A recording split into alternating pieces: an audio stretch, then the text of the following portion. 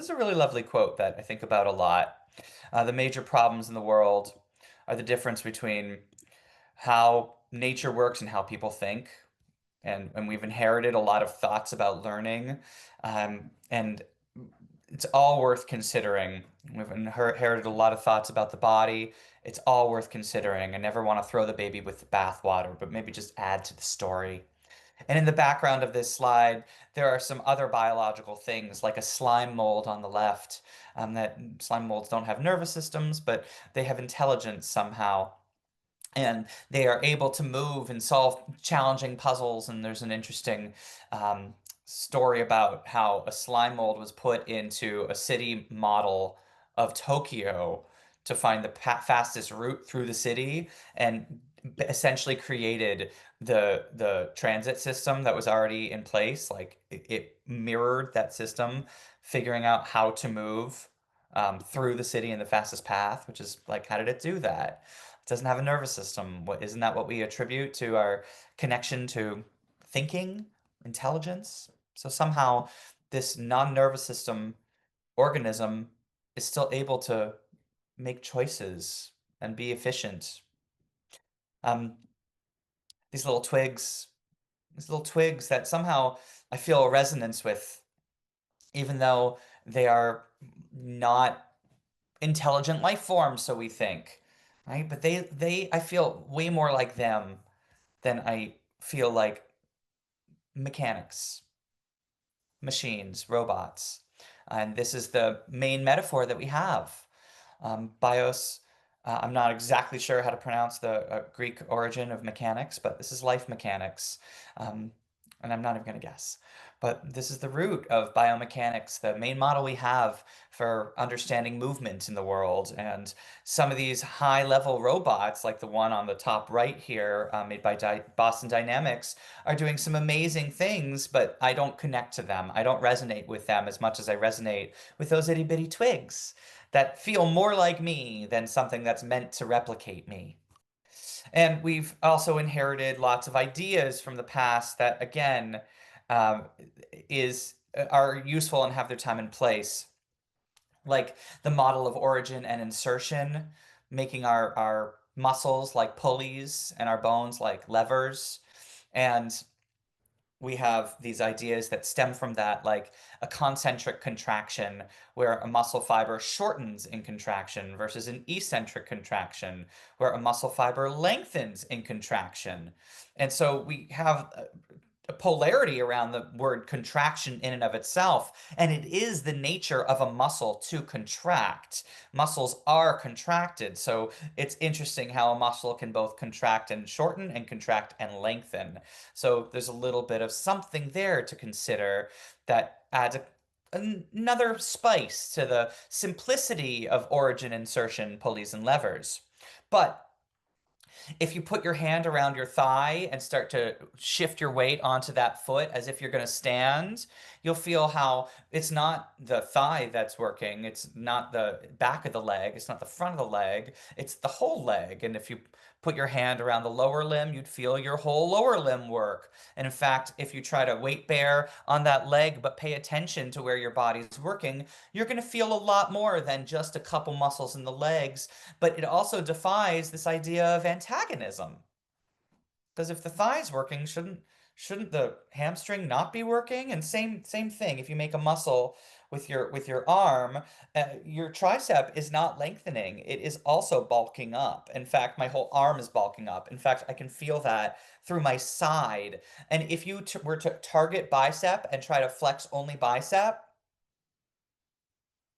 it's probably pretty hard to only isolate one muscle, but this is the model that we have for understanding movement, and how we move around the world is very linear and very simple in this way, but maybe not the way it actually feels to move around the world. We kind of use ourselves, not our muscles. And so it's important to um, use this quote in more of its entirety, that it's not just models are wrong, but some are useful. It's about them being approximations and the purpose of the model. There is a great purpose to understanding the body as a series of pulleys and levers, even if that's not what the body is. Even if it's not true, it's very useful in some ways, but we have to recognize it's an approximation. It's a model. It's not true, but it's highlighting a particular aspect that might have truth to it. And so this is a different model, which is another pillar. Like fascia, tensegrity, and biotensegrity are another pillar that we really lean on when it comes to this perspective of body-based voice PED.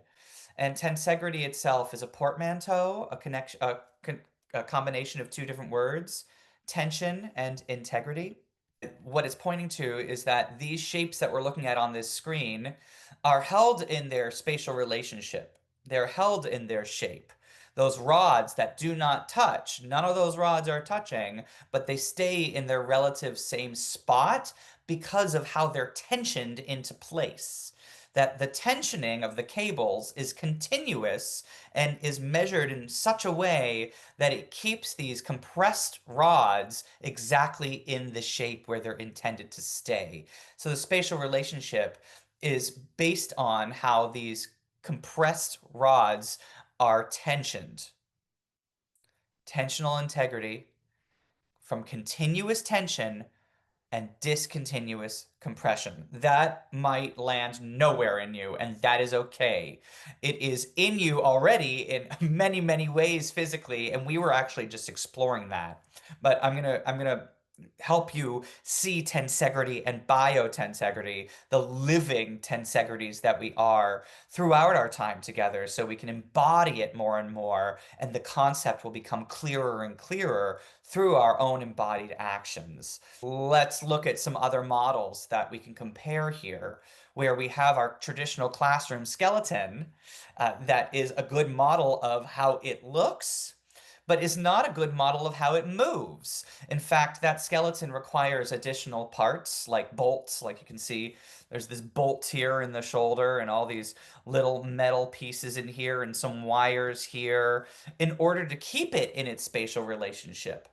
But when we model the body in a tensegrity way, using tension and compression, these tensioned cables that are not elastic, they're um, not very elasticated at all, probably, because they need tension to keep everything in its spatial relationship. But we look at the compression of struts that are meant to represent bones. Do our bones really look like that? No. Does our pelvis have a bunch of sticks in it? No. But it's a representation of the pelvis and the spine, a representation of the foot, ankle, lower leg, upper leg, and hip, a representation of the whole body. And what the models are really about is modeling the invisible forces that adjoin our muscles. If you remember from last week when we were looking at some of the anatomy trains, our muscles are connected to each other. And so they move together, they work with each other, which is not what we would be led to believe from a biomechanical or anatomical perspective. So this is a big leap forward to not just understanding how a muscle could be responsible for an action, but more how muscles work together and move the body as a fully orchestrated, functional thing. And so the T word, tension, that's a biggie, right? We don't want tension, but it's also a reality. And so this push puppet, is demonstrating relaxation here. When you press the button at the bottom of the push puppet, it gives slack to the cable that was previously tensioning this Woody into place. But when you let go of the button and the string is tense again, Woody has integrity in his stance. Now, it's a model. It's a model. And just because tension is true and tension is a reality of our form, it doesn't mean we feel tense. We can still aim to feel relaxed, knowing that under the skin, even the skin itself, everything is tensioned into place. So it's an important recognition. Tension is important. Feeling relaxed is important. And we can have both at the same time. So this is a little quick video. It's about 5 minutes long, actually, made by some my original teachers of biotensegrity that really helps us see biotensegrity and biomechanics in a compare contrast. What is biotensegrity? Could it be the new biomechanics? The core of biotensegrity is an appreciation that humans and all living organisms aren't static machines, but complex adaptive systems. This is in sharp contrast to conventional biomechanics, which relies on hard matter physics, envisioning the body as a machine. From atoms to the body as a whole, our internal structures are constantly adapting and managing the forces of pull or tension and push, compression. These forces are organized in a unique way, and this is visible in tensegrity structures. Let's unpack this. Let's take a closer look at this contrast between conventional biomechanics and biotensegrity. This is a tensegrity structure. It holds its shape by the interplay of forces between the struts that don't touch and the cables that hold them together. We can see that the string is under tension because it's taut. This network of continuous tension compresses the struts and at the same time keeps them apart from each other. We call this discontinuous compression. The forces of tension and compression are balanced and integrated in such a way that something unexpected emerges. An efficient structure that's self-contained, self-stabilizing, and self-adapting. A tensegrity. What was once a pile of struts and strings now has shape and volume. It responds to load in surprising ways. You will find that it's strong, resilient, and it doesn't fall apart. It doesn't rely on gravity to hold its own form. This, on the other hand, is a compression structure. Each block pushes down on all those below it with the interplay of gravity and the equal and opposite ground reaction force, pushing the blocks together in continuous compression. It's only stable when aligned in gravity. Tilt it or move it too much, and you're fighting gravity. It'll likely fall apart. Apply too much of a load, and it's subject to buckling. We are living, breathing, moving beings. Unlike a compression tower, we can move, we can dance, we can do a cartwheel without falling apart. From conception through development, growth, and aging, we're constantly adapting and shaping ourselves, both moment to moment and over our lifetime. Machines require some other entity, something outside themselves, not just to turn them on and off, but to design, build, and maintain them. We were never parts put together like a machine. We are evolving, as is all of nature. Each of us is a whole being, a complex system of cells reproducing and organizing themselves into specialized tissues, organs, and systems, all under the tensegrity forces that we described earlier. If we tend to zero in on parts rather than focusing on the body as a whole system, we might end up thinking about all these parts as separate, giving some more importance than others. We create false hierarchies. What if there are no permanent top-down relationships within living organisms, nor in life? All things matter and influence each other at the same time, regardless of their perceived importance. This is heterarchy. One thing might emerge as important and then take a back seat in the next moment. So, could biotensegrity be the new biomechanics? We've found that it can help us understand not just how the body functions, but also how it feels. Shifting the lens through which we view living organisms has the potential to change everything. How would you move? How would you feel if you let go of the idea that you need to fight gravity? What if instead you notice the tensegral properties that you already embody? Things like efficiency. What would you discover if you shifted your focus from parts in a hierarchy to your whole body, where everything matters equally? Studying biotensegrity requires us to make a paradigm shift. We have found that when we come to understand it, the lens through which we see the world changes. We've changed the relationship that we have with ourselves, our bodies, each other, and in fact, all of nature. What do you think? The language of biotensegrity is actually very much in our ideas of the body. And uh, if we think of the body as tension and compression as its main forces, then we can maybe understand some things about the voice that we question, that we still wonder about. And so I have this picture here about the muscles around the hyoid, which I think is very interesting to think about the hyoid being in a suspensory sort of, I don't want to say mechanism because I try not to mechanize the body, but is in suspension. And it's in suspension because of the forces that are around it, the forces of push and pull that allow it to be suspended in the body, just like everything else, where our bones don't actually make contact with each other, but they are suspended in a sea of fluidic tension, which is our fascia. And on the right, you'll see the larynx and this idea of rotation of the larynx or tilting of the larynx. And we've had this long question about the cricoid. Does it tilt? And if that's not part of your mental model, that's totally okay. We'll experience it a little bit right now. But thinking about this idea of the laryngeal tilt, I'm going to stop the screen share so you can see my hands. The laryngeal tilt, that if this is your thyroid cartilage, which is the Adam's apple cartilage that has that point in front, your vocal folds are connected inside of the point, but open in the back.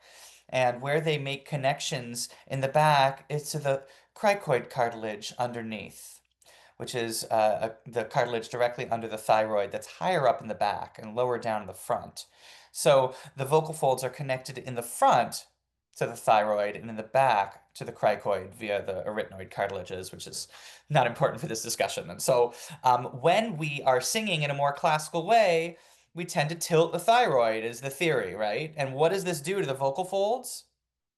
We would say it lengthens them, right? Because the front and back are becoming further away from each other, but we could also say it's tensioning them. And when we belt and we get that thicker than thick sound, we tend to think about the cricoid tilting, and the back of the thyroid cartilage comes closer to the front, which is adding thickness to the vocal folds, which we could also say is compressing them. Because that's all tension and compression is, right? I'm pulling something so it's taut, I'm tensioning it, or I'm squishing it, so I'm compressing it. And so we have tension and compression inside of our model already in many ways. And even our diaphragms, just thinking about two of them today, our thoracic diaphragm and our pelvic floor diaphragm, as we inhale, concentrically contract, eccentrically contract, right? Pushing and pulling. As we exhale, eccentrically contracting, concentrically contracting. So we have a motivator of the movement and then something that is countering it, that is balancing that movement. Now, of course, this is like as if we have nothing that's connecting the pelvic floor diaphragm or the thoracic diaphragm to each other. So there's a whole lot more complexity there. But just that we have these polarities in the body and they are balancing in the body. Um, so explore, sing an easy phrase looking forward. Just a 10-second phrase.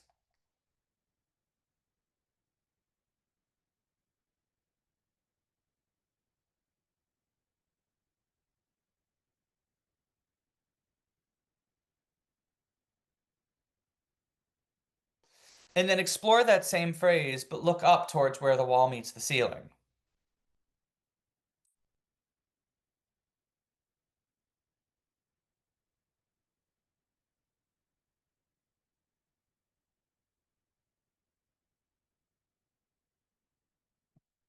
And then explore the same phrase, but looking downwards towards the floor, not too far down. Be comfortable, of course, always, always.